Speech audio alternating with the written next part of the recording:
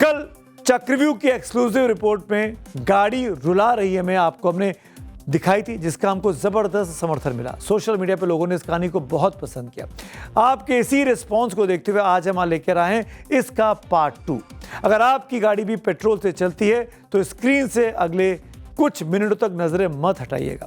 आज हम सिस्टम की उस पॉलिसी का पूरा कच्चा चिट्ठा खोलेंगे जो चुपचाप आपकी जेब और आपकी कार के इंजन दोनों पर बैड इंपैक्ट ला रही है।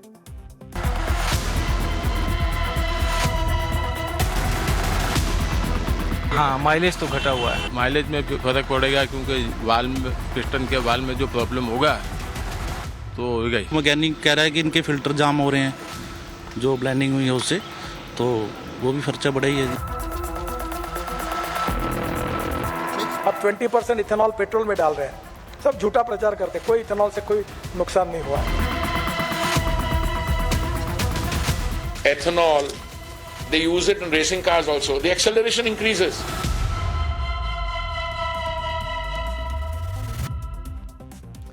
तो अभी भी आपने अपनी गाड़ी की बर्बादी पर आंसू बहाते कार मालिकों का दर्द सुना, गाड़ियों के पुर्जे पुर्जे से वाकिफ कार मैकेनिक की बेबाक राय देखी और देश के पेट्रोलियम मंत्री से लेकर सड़क परिवहन मंत्री नितिन गडकरी के बड़े बड़े दावे और भरोसे सुन लिए। भारत की गाड़ियों पर एथेनॉल के असर पर automotive research association of India ने स्टडी की थी, लेकिन इसकी रिपोर्ट सार्वजनिक नहीं की गई। हमारी एक बार फिर भारत सरकार से अपील है कि अगर आपके पास कोई तथ्यात्मक रिपोर्ट है तो उसे सार्वजनिक करना चाहिए, क्योंकि फिलहाल कोई आधिकारिक डेटा नहीं होने से जनता में भारी कंफ्यूजन है। 2023 में एथेनॉल 20 ब्लेंडेड फ्यूल को इंट्रोड्यूस करते, जब हमारे पास गाड़ियां भी नहीं थी, गाड़ी की कंपनियों पे दबाव डाला कि वो एथेनॉल 20 ब्लेंडेड फ्यूल को एक्सेप्ट करने वाली गाड़ियां बनाए और 2025 में ये मैंडेटरी फ्यूल हो गया। अब स्थिति यह है कि आज भी भारत के अंदर 80% से अधिक गाड़ियां एथेनॉल 20 फ्यूल कंप्लाइंट नहीं है, जिससे गाड़ियों का एवरेज गिर रहा है, गाड़ियों में दिक्कत आ रही है और कहीं समस्या है। अभी आपने तहसीन पूनावाला को सुना, वो देश के जाने माने पॉलिटिकल एनालिस्ट हैं। तमाम डिबेट्स में आप इनको देखते आ रहे होंगे। पूनावाला ने अब ऐलान कर दिया है कि इस मांग को लेकर वो 5 जुलाई को दिल्ली के जंतर मंतर पर E20 पेट्रोल पॉलिसी के खिलाफ, सरकार के खिलाफ प्रदर्शन करेंगे। लेकिन जमीनी हकीकत पर टिका कड़वा सच यही है कि आज देश का गाड़ी मालिक डरा हुआ है, उसकी धड़कनें बढ़ी हुई हैं। अब आप सोच रहे होंगे आखिरकार ये खौफ, ये डर इतना बड़ा क्यों हो गया है? तो आप जरा इस डेटा को समझिए और देखिए। अलग अलग ऑटोमोबाइल रिपोर्ट्स के मुताबिक देश में 26 करोड़ से ज्यादा 2 व्हीलर हैं, जिनमें 95% से अधिक पेट्रोल पर चलते हैं। E20 पेट्रोल पे ही है। कारों और SUV की बात करें तो 5 करोड़ से ज्यादा 4 व्हीलर सड़कों पर है। 2024-25 तक कुल कार बिक्री में पेट्रोल कारों की हिस्सेदारी लगभग 54.5% थी। कुल मिलाकर आज देश की सड़कों पर 25 से 28 करोड़ से अधिक एक्टिव पेट्रोल गाड़ियां दौड़ रही हैं। और सबसे डराने वाला दावा तो ये कि इन 28 करोड़ गाड़ियों में करीब 80% गाड़ियां 2023 से पुरानी मैन्युफैक्चर्ड हैं। यानी ये वो गाड़ियां हैं जो E20 पेट्रोल के लिए कॉम्पिटेबल नहीं है। इनका इंजन 20% इथेनॉल झेलने के लायक नहीं है, इसीलिए प्रॉब्लम दिखाई दे रही है। 18 मई को केंद्र सरकार ने पेट्रोल में 30% इथेनॉल ब्लेंडिंग यानी E30 के मानकों को भी नोटिफाई कर दिया। लेकिन इस बीच एक बड़ी चेतावनी आई। लग्जरी कार निर्माता कंपनी BMW ग्रुप इंडिया के प्रेसिडेंट और CEO हरदीप सिंह बरार ने चेतावनी दी है, आज भारत की सड़कों पर दौड़ रही ज्यादातर कारें भविष्य में आने वाले E30 या उससे अधिक मात्रा वाले इथेनॉल ईंधन के अनुकूल यानी कंफर्टेबल नहीं है। अगर इन गाड़ियों में भविष्य का ये फ्यूल डाला गया तो इन गाड़ियों के इंजन और परफॉर्मेंस को गंभीर नुकसान हो सकता है। ये BMW के इंडिया हेड बोल रहे हैं। दरअसल भारत अपनी जरूरत का 85% से ज्यादा तेल इंपोर्ट करता है, जबकि इथेनॉल बनाने के लिए जरूरी गन्ना हो, मक्का हो या चावल जैसी फसलें वो देश में पैदा होती हैं। इथेनॉल को लेकर देश में आज जो संग्राम छिड़ा है, उसकी स्क्रिप्ट रातों रात नहीं लिखी गई है। इसके पीछे की कहानी समझिए। 2013-14 के दौर में पेट्रोल में बमुश्किल 0.1 से 1.5% तक इथेनॉल मिलाया जाता था। उस वक्त 5% ब्लेंडिंग का टारगेट भी किसी दूर की कौड़ी जैसा था। लेकिन मई 2014 में मोदी सरकार के आते ही उस वक्त के परिवहन मंत्री नितिन गडकरी ने इस पूरे गेम को बदल कर रख दिया। सरकार बनते ही पेट्रोल में 10% ब्लेंडिंग का नया टारगेट तय कर दिया, जिसे जून 2022 में पूरा भी कर लिया गया। इसके बाद जो 20% इथेनॉल ब्लेंडिंग का टारगेट 2030 के लिए तय किया गया था, सरकार ने अचानक अपनी स्पीड को बढ़ाते हुए उसे 5 साल पहले ही 2025 में लागू कर दिया। नतीजा ये हुआ कि 1 अप्रैल 2026 से देश के कोने कोने में E20 पेट्रोल ही पेट्रोल पंपों पर अब बिक रहा है। लेकिन सरकार का एक्सीलेटर यही नहीं रुका।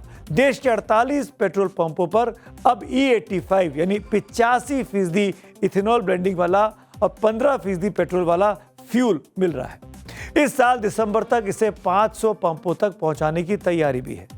और तो और खुद नितिन गडकरी ये साफ कर चुके हैं कि 100% इथेनॉल पर दौड़ने वाली गाड़ियों की भी सरकार से हरी झंडी उसको मिल चुकी है। और इथेनॉल के खिलाफ जो दुष्प्रचार देश में चल रहा है इस वक्त, उसके पीछे देश की पेट्रोल लॉबी काम कर रही है। अब 20% इथेनॉल पेट्रोल में डाल रहे हैं, सब झूठा प्रचार करते हैं। कोई इथेनॉल से कोई नुकसान नहीं हुआ है। अब लॉबीज है जो 22 लाख करोड़ रुपए इंपोर्ट करने में जिनको मलाई मिलती होंगी, वो जब हम कहेंगे कि इंपोर्ट खत्म होगा तो बेचारों का तो नुकसान होगा ही।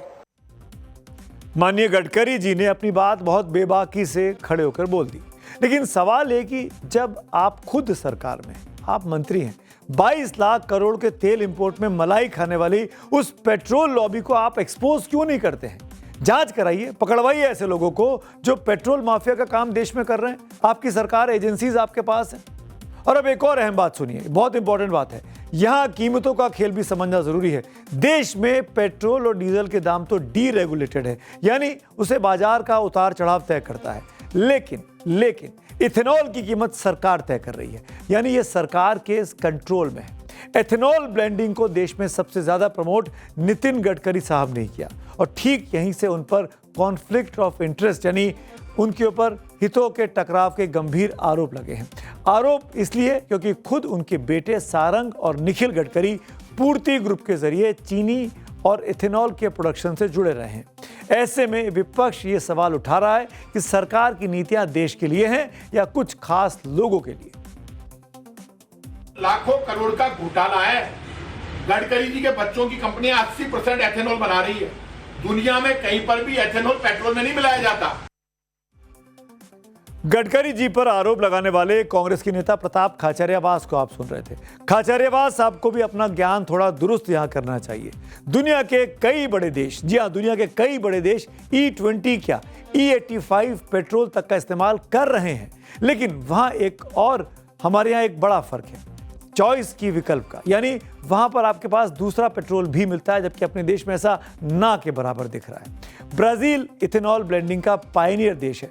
यहां कम से कम E27 पेट्रोल ही मिलता है, लेकिन ये भी ध्यान रखिए, यहां की गाड़ियां यानी ब्राजील की गाड़ियां उसी हिसाब से फ्लेक्स फ्यूल्स पे चल पाएं, उसी डिजाइन पर बनाई जा रही हैं, यानी गाड़ियां वहां पे कंफर्टेबल है।